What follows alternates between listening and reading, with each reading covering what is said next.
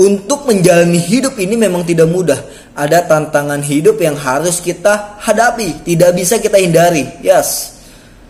Permasalahan demi permasalahan akan muncul di dalam hidup kita.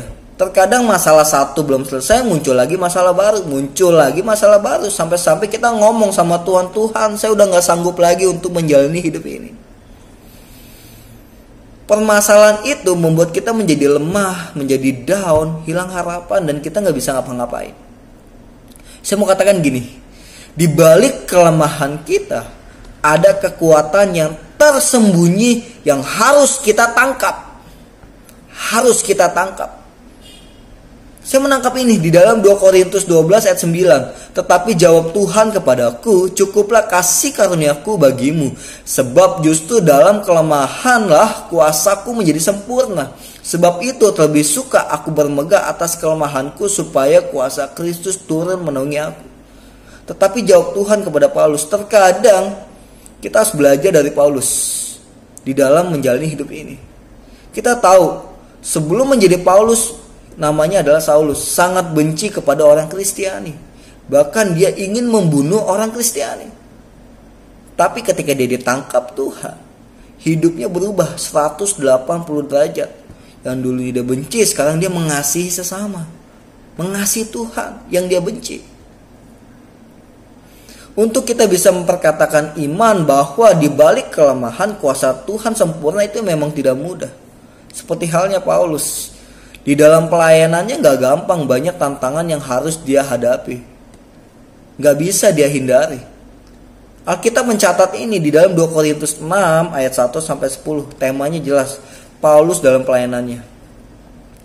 Saya membacakan garis besarnya aja ayat 4. Di sini sebaliknya dalam segala hal kami menunjukkan bahwa kami adalah pelayan Allah, yaitu dalam menahan dengan penuh kesabaran dalam penderitaan, kesesakan, kesukaran, didera di dalam penjara. Inilah pelayanan Paulus. Mungkin sangat berbeda di dalam kehidupan era sekarang. Ya, dulu Paulus memberitakan Injil penuh dengan kesengsaraan hidup yang berat, bertaruh dengan nyawanya sendiri. Inilah Paulus. Kadang kita harus belajar dari Paulus. Paulus bisa menghadapi kehidupan kesengsaraan hidup yang begitu besar dan pelayanannya karena dia mempunyai iman yang kuat di dalam Yesus. Gimana sih caranya supaya kita memiliki iman yang kuat di dalam Yesus? Yaitu kita bisa menerima keadaan hidup kita dengan rasa syukur yang kita naikkan kepada Tuhan. Kalau kita gak bisa menerima hidup kita, kenyataan hidup kita, kita akan selalu merasa tertuduh, terintimidasi. Kok Tuhan gak adil ya? Kok Tuhan gak ada ya? Kok Tuhan gak nampak ya? Kok Tuhan gak merubah hidup saya ya? Kekecewaan yang ada di dalam hidup kita. Kenapa? Kita tidak bisa menerima kondisi hidup kita. Kita belajar dari Paulus. Dia bisa menerima keadaan hidupnya di dalam pelayanannya. Biasanya ya, orang mau bermegah itu atas kepunyaannya, kemewahannya. Tapi ini berbeda dengan Paulus. Dia bilang begini, sebab itu terlebih suka aku bermegah atas kelemahanku, supaya kuasa Kristus turun menaungi aku. Di sini kita harus sadar diri. Kita butuh Tuhan.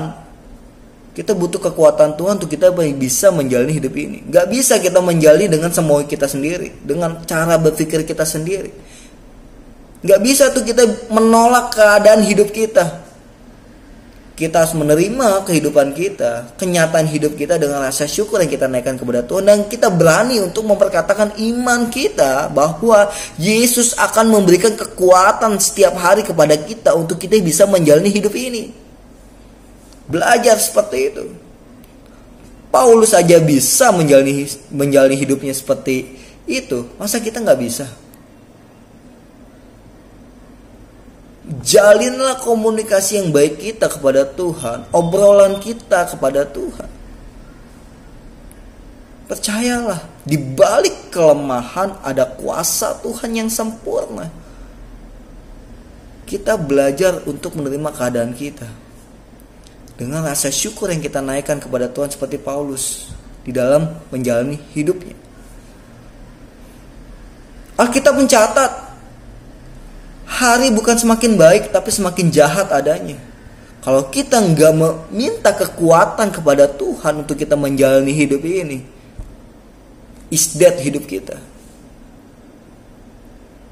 Kita akan ada di dalam lingkaran yang membuat kita menjadi frustasi. Lingkaran ini isinya intimidasi, merasa tertuduh, merasa nggak sanggup, merasa nggak mampu, mengeluh. Sehingga kuasa Tuhan yang tersembunyi itu nggak bisa kita tangkap, karena terhimpit dengan kedilemaan hidup kita, kekhawatiran hidup kita. Ayo, come on, untuk kita bisa memperkatakan iman kita kepada Yesus bahwa di balik kelemahan kita, kuasa Tuhan sempurna, powerful. Tuhan berikan kekuatan di dalam kita menjalani hidup ini. Percaya itu. Orang yang tidak berlarut-larut dalam kepurukannya, pasti dia bisa berpikir dengan jernih. Dia bisa mengubah kehidupannya yang penuh dengan masalah menjadi kebaikannya, menjadi jawaban yang terbaik dalam hidupnya. Kalau pikiran kita stres, frustasi, depresi, kita bilang, Tuhan saya gak sanggup, Tuhan saya gak sanggup. Jangan mengatasnamakan Tuhan kalau kita enggak mempercayai bahwa Tuhan bisa memberikan kekuatan buat kita. Paulus bisa menerima itu, dan dia mendapatkan kekuatan itu setiap hari dalam pelayanannya. Apalagi kita, Paulus yang penuh dengan kesengsaraan hidupnya, dia bisa mengucapkan syukur kepada Tuhan. Dia bisa menyelesaikan pelayanannya dengan baik. Dia mempertaruhkan nyawanya buat Tuhan, asalkan kabar baik itu tersampaikan. Dia selalu ngobrol sama Tuhan, dan Tuhan selalu memberikan kekuatan kepada dia. Kalau kita ngobrol kepada Tuhan, Tuhan akan memberikan kekuatan kepada kita. Percaya itu. Ayo, come on, bangkit dari kepurukan kita. Percayalah, di balik kelemahan kita ada kekuatan Tuhan yang akan menaungi hidup kita. Ayo bangkit. Tuhan Yesus memberkati. See you.